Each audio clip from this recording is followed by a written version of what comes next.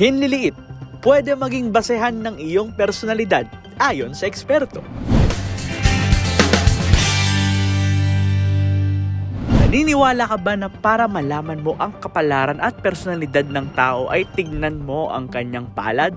Pwes, maniwala ka na dahil ayon sa mga eksperto, ultimo sa haba ng hinliliit ng isang tao ay malalaman mo na ang kanyang personality. Kung pantay ang dulo ng iyong little finger sa huling guhit sa iyong ring finger, ibig sabihin ay introvert ka at pagdating sa emosyon ay masyado kang closed at reserved. Dagdag pa rito, loyal ka rin at handang gawin ang lahat para sa taong mahal mo. Kung ang tip naman ng iyong hinliliit ay lagpas sa huling guhit ng iyong ring finger, masyadong sensitive ang personality mo at kapag nagmahal ka, ginagawa mo itong sentro ng buhay mo. Para sa'yo, kalmado lang dapat ang lahat at ayaw mo ng confrontations. Kung hindi naman umabot ang tip ng little finger mo sa huling guhit ng iyong ring finger, ibig sabihin ay ikaw ay optimistic na tao, full of life, at ayaw mo ng negative thoughts. Ang mga ganitong tao ay prangka, pero mahalaga sa iyo ang opinyon at sasabihin ng ibang tao.